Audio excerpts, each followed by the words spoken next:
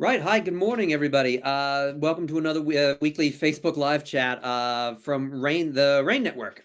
Today with me is Matthew Bay, one of our senior global analysts, and we are going to be talking about a topic near and dear to both of our hearts: the U.S.-Saudi relationship, which has been getting an awful lot of press recently because of the invasion of Ukraine has caused an energy spike, and Saudi Arabia is often looked at as a partner for the United States to help alleviate that for the Americans. But yeah, I guess Matthew, you have got any quick reactions to some of this media coverage that we've got out there of people Yeah, saying, I yeah, think as we both have written on and have spoken on, a number of times, the idea that the U.S. and Saudi Arabian relationship is kind of, diverging and has been for a while, it's not new.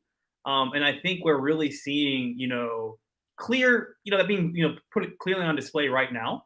And I don't think that we should anticipate, for example, even if, 3 years from now, let's say Donald Trump is reelected the U.S. president, we might see, a closer relationship or at least, improvement of that relationship like we saw during the Trump administration. But by no means does that mean that the gap between the two are going to close, because even during the Trump administration, Saudi Arabia got a lot closer to Russia and a lot closer to China.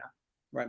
Yeah, and I think that's the thing that irks me about some of this media coverage is that it's really personality based. Mhm. And people talking about Mohammed bin Salman, him apparently yelling at Jake Sullivan about mentioning Khashoggi. There's moments like that. And in a monarchy, yeah, personalities can have an outsized effect on rhetoric and sometimes policy. But we talk about the strategic drivers of this, and it goes much deeper than just Mohammed bin Salman loving Trump and hating Biden. I mean, a good example of that is how Saudi Arabia has been cooperating with China on like ballistic missiles and things like that for decades at this point. It was something that happened in the 1980s to start with. So this is, if you are Saudi Arabia and you are looking at a world now where U.S. Global power not really receding, I guess it would probably be the wrong way to put it, but it's no longer the only sole superpower like it was, from early 1990s until the last couple of years. China is rising as a competitor to that. Is it the same scale, scope? And of course not. But given the fact that China's economic relationship with Saudi Arabia is much deeper than Saudi Arabia's economic relationship with the U.S., obviously Saudi Arabia is going to gravitate towards trying to balance between the two. And because the U.S. is so hesitant around things like ballistic missile knowledge transfer, things like that, because of human rights concerns, proliferation concerns, all those kinds of things. China doesn't have those same concerns. Why wouldn't Riyadh do it?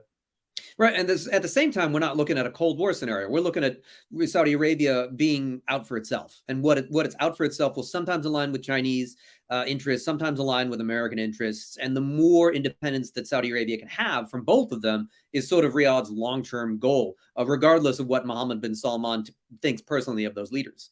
Yeah, and another thing that's kind of been irking me about the kind of media coverage about this is how, at least in the U.S., the U.S. political system is so hypersensitive around gasoline prices and blaming, President Biden for that. Of course, largely not under his control, as I think Mhm. you and I both know. But there is criticism that the poor relationship with Saudi Arabia has led Saudi Arabia to not be willing to increase oil production to offset some of the loss from Russia. But I think what's we have to recognize is that even with a better relationship, Saudi Arabia has all their own reasons to continue this strategy. For one, not only are they somewhat closer to Saudi or to Russia, but for one, if they were to increase production, it would break apart the OPEC Plus agreement, which they don't really want to do. Two, let's also just not realize that, or not forget the fact that they are, making all kinds of money after, essentially being not making a lot of money from oil for, an extended period of time, 5 years. They are trying to refill the coffers. This is great for them. And because, Western production, like U.S. shale production, isn't really responding to the same degree or quick enough to actually replace Russian oil that's being taken off the market. I mean, why would Saudi Arabia, increase production? It seems like they have little incentive to, even regardless of if it's the Biden administration or whomever. I mean, I guess if President Trump was in power, maybe he would do another threat around, defense or something like that. But even that now, in the context of the conflict, would be kind of weird. So I'm not even sure Trump would do that, which is, saying something. Right, exactly, and there's also lurking in the back of Saudi Arabia's policies is that the energy transition is happening, and and to a certain extent, the Ukrainian invasion is creating stronger incentives to try to make that happen. And when that day comes, where we see peak oil demand, Saudi Arabia is its finances will have to adapt. And this could be maybe not the last time that they have a massive windfall like this, but they certainly can't avoid. They can't say, "Well, we'll take one for the team because we like the president." Will undermine our long-term interests because we have a good personal relationship. Yeah. And then let's kind of talk more regionally, I guess. I mean, how do you see the U.S. Saudi or sorry, the U.S. relationship with other GCC countries also going?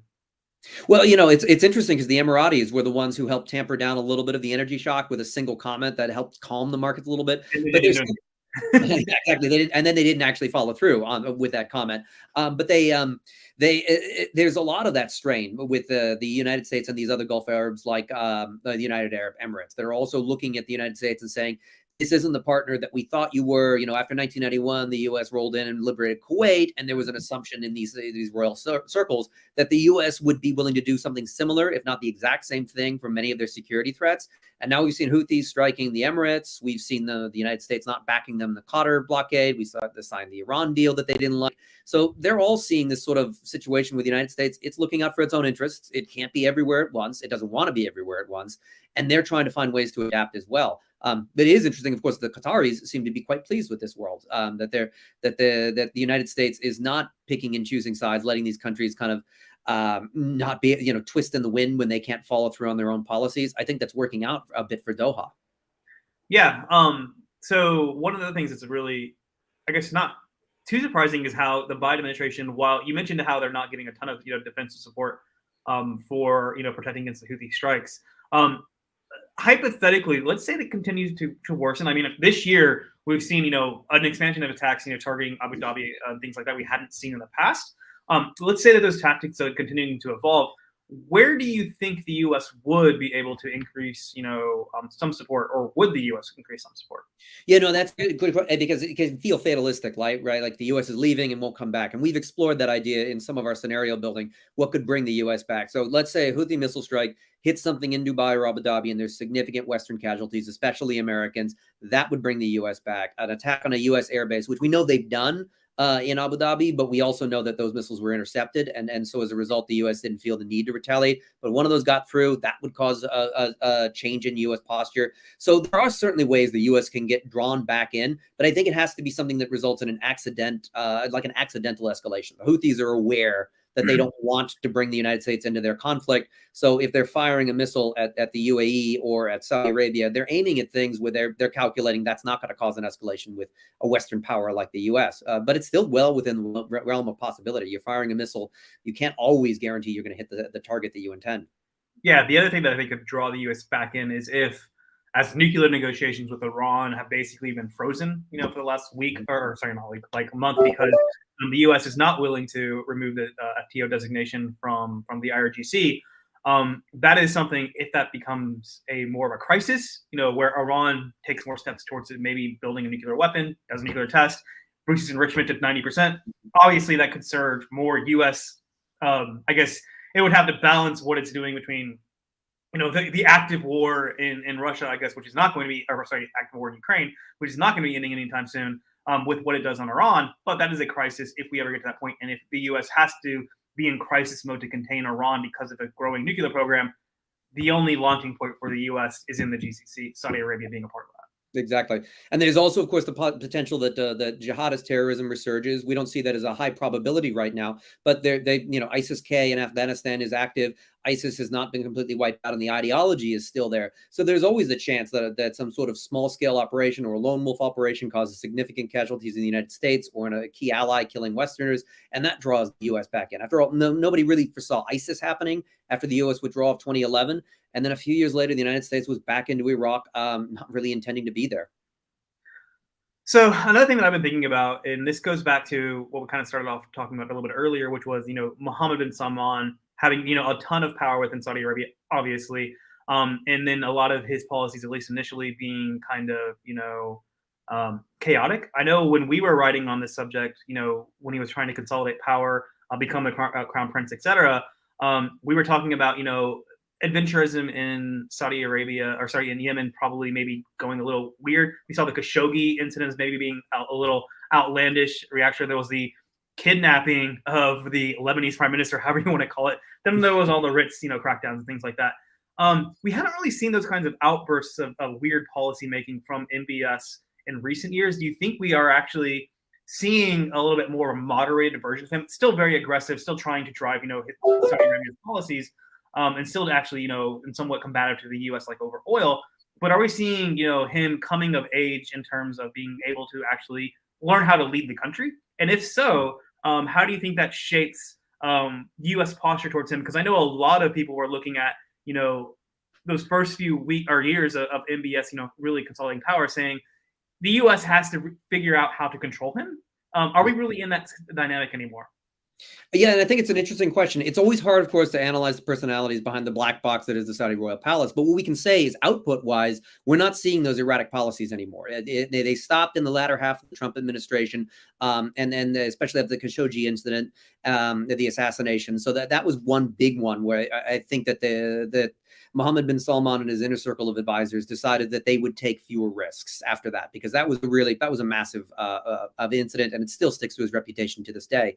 But the question is, has he learned his lessons permanently? Will he revert to type? If there is a second Trump term, I think it's an open question. If the United States, for example, acts like it's less of a reliable partner, could that cause Saudi Arabia to take greater risks in hopes of bolstering its own security? Could they try to test U.S. sanctions by buying Chinese kit or Russian military kit in an attempt to diversify their defense strategy? Those sorts of things I think could happen, and maybe Mohammed bin Salman has matured behind the scenes. Although we've got some Wall Street Journal reporting again about yelling at the national security director or national security head that suggests that his personality is probably still intact, and he is a royal figure. There's not a lot of checks on him to tell him you need to do not behave this way. So I don't think we can rule it out that he could go back to this kind of black sheep behavior at any time, especially and most importantly, when King Salman finally passes on. He is an old king. Once he's gone, that'll be the last major institutional check on Mohammed bin Salman. And maybe some of these things that is riskier are not necessarily a net negative. There's lots of reporting that he's in favor of normalizing with Israel. That's a very big taboo in Saudi society, but he may decide to push past that and just ignore that domestic outcry because he decides he sees value in it once King Salman has passed on. Yeah, the other thing I think, and I know we kind of started off the conversation about this, but the other thing just to think about is no matter what, even as we undergo the energy transition, Saudi Arabia's most important economic, relationship will always and probably remain, at least, be with China, like it has been for the last couple of years. It's never going to go back to that economic relationship with the U.S. that it once had. Right. I think that's something that is just going to be happening no matter what, and that is going to drive MBS if he does go back to some of those, more, I guess you want to call erratic behaviors or whatnot. That is something that's going to enable him to do that. China will be far and willing to sell, all kinds of arms to Saudi Arabia, et cetera, that the U.S. would not be willing to do. And given the fact that we expect U.S. and China relations to, continue to be very antagonistic and growingly antagonistic over the next decade or decades at this point, it wouldn't be shocking, for example, to see legislation similar to the CAATSA sanctions on Russia being expanded to include broader kinds of sales and military agreements with China, and that is something that would very immediately, touch sanctions. Because we've even seen, even the Trump administration was very vocal about, not being, anti-China, even though with U.S. allies, the Trump administration was very aggressive, as we know, in Israel about the port that was being developed by an Israeli company. They also did similar things in the UAE. So even if the Trump administration comes back into power, we would probably still see that anti-China element of it also still remaining a constant thorn in the issue of U.S.-Saudi relations.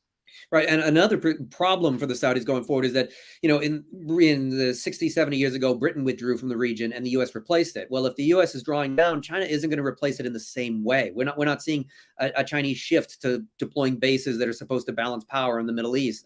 That doesn't seem to be in the cards. So if the United States is pulling back and there are areas where there's a power vacuum, Saudi Arabia has to fill it itself. And I think that's also something that we'll have to keep looking for. And how does Mohammed bin Salman interpret that? And how does he decide to implement policies to fill those? And what kind of mistakes might he make along the way? Yeah, and it's not like China doesn't have a very decent, a very good relationship with Tehran either. They have a 20-year strategic agreement. Obviously, it's probably less strategic than what the name of it says. But at the same time, it's not as if Saudi Arabia or China is looking at its relations with Saudi Arabia and thinking of that as being a need to contain Iran or anything like Iran, and really anything to do with Iran. It's more about oil, transactionism, all these kinds of things. And so that means if you're Saudi Arabia and you are seeing potentially a U.S. nuclear deal at some point, maybe, or in the worst case scenario for Saudi Arabia, a no deal but a nuclear state of Iran, Saudi Arabia is going to be dealing with all kinds of things about how to contain that and react to that. Right, and then they will be increasingly on their own if that scenario does come to pass. All right. Well, there's a very interesting conversation touching on a lot of issues, certainly on everybody's mind. Yeah, Matthew, thank you so much for joining me this Friday. Of course. All right.